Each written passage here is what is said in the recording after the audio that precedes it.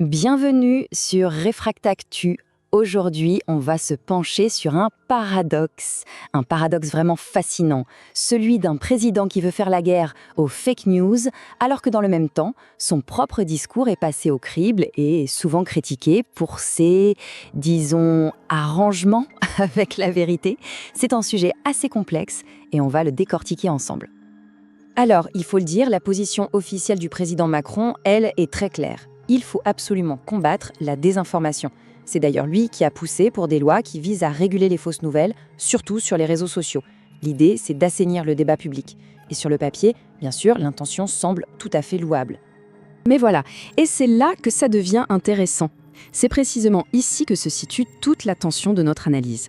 De nombreux médias, des syndicats, des observateurs indépendants, tous pointent du doigt un décalage assez énorme entre cette volonté affichée et ce que sont réellement les déclarations présidentielles. Alors voilà notre plan de match pour aujourd'hui. D'abord, on va poser les bases de ce fameux paradoxe Macron. Ensuite, je vais vous présenter un outil d'analyse super intéressant, le framework Disarm. Puis, on l'appliquera à deux gros dossiers, la réforme des retraites et le bilan économique. Et enfin, on conclura en se posant la question du double standard. On rentre donc dans le vif du sujet, le cœur du paradoxe, il est là. On a un nombre impressionnant d'organisations, que ce soit des médias d'investigation ou des syndicats, qui ont publiquement mis en doute la précision et même la sincérité de plusieurs affirmations clés du président. Et ce qui est vraiment important de comprendre ici, c'est que les critiques ne parlent pas forcément de mensonges purs et durs, noir sur blanc. Non, c'est souvent plus subtil. On parle de promesses qui n'ont pas été tenues, d'omissions très stratégiques ou d'une façon de parler, d'une rhétorique qui semble conçue pour présenter la réalité sous un jour bien plus favorable qu'elle ne l'est. Bon, pour analyser tout ça de manière rigoureuse, on ne va pas juste faire une liste de reproches. Non, on va utiliser un outil professionnel, une véritable grille de lecture, le framework Disarm. C'est un système qui permet de décortiquer de manière méthodique les opérations d'influence. En fait, l'objectif de Disarm, c'est assez simple. C'est de créer une sorte de langage commun, une grammaire pour décrire les techniques de manipulation. Ça permet aux analystes de mettre des noms précis sur des stratégies de désinformation, un peu comme un biologiste qui classifie des espèces pour mieux les comprendre et au final, mieux s'en protéger. Et sa structure est très logique, elle est hiérarchique. Imaginez un plan de bataille. La phase, c'est votre objectif final, par exemple, gagner la bataille de l'opinion. Les tactiques, ce sont les grandes manœuvres pour y arriver, comme discréditer l'opposition. Et enfin, les techniques, ce sont les actions très concrètes sur le terrain, comme par exemple utiliser des statistiques de manière trompeuse.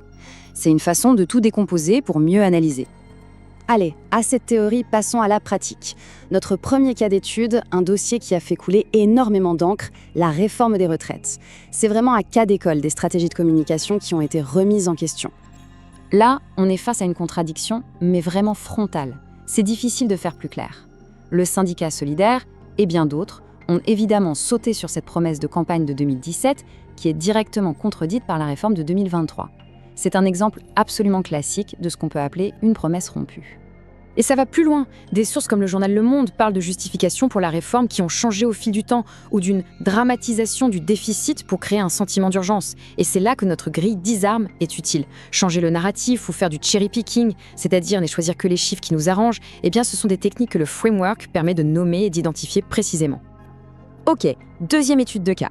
On quitte les retraites pour s'intéresser au bilan économique. Là encore, de nombreux analystes pensent que la façon dont les succès sont présentés au grand public, eh bien, ça mérite qu'on y regarde de plus près.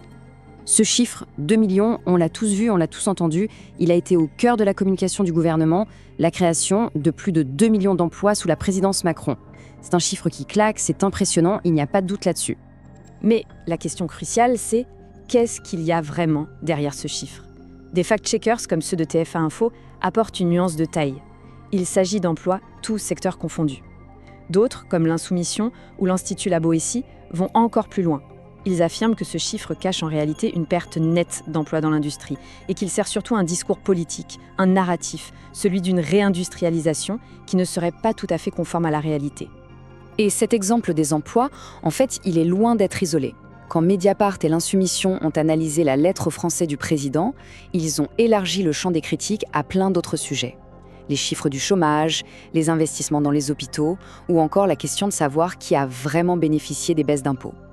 Bon, on a vu les retraites, on a vu l'économie, revenons à notre question du début.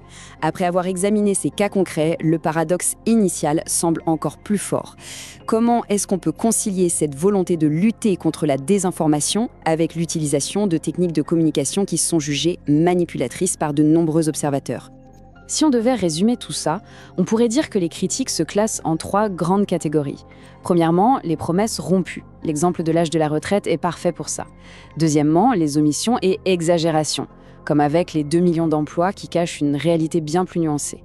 Et enfin, une rhétorique stratégique, par exemple quand on dramatise le déficit pour justifier une réforme urgente. Et tout ça, ça nous laisse avec une question fondamentale, une question de fond.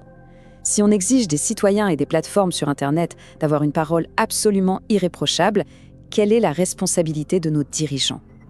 La lutte contre la désinformation peut-elle vraiment être crédible si elle ne s'applique pas avec exactement la même rigueur à ceux qui détiennent le pouvoir ? C'est une réflexion qui, je pense, mérite d'être poursuivie. Cette question de la cohérence entre les mots et les actes des dirigeants, elle reste au cœur de notre débat démocratique. Merci beaucoup d'avoir suivi cette analyse sur Réfractactu. Pour soutenir notre travail, n'hésitez pas à vous abonner à notre chaîne et à notre podcast. À très bientôt pour un nouveau décryptage.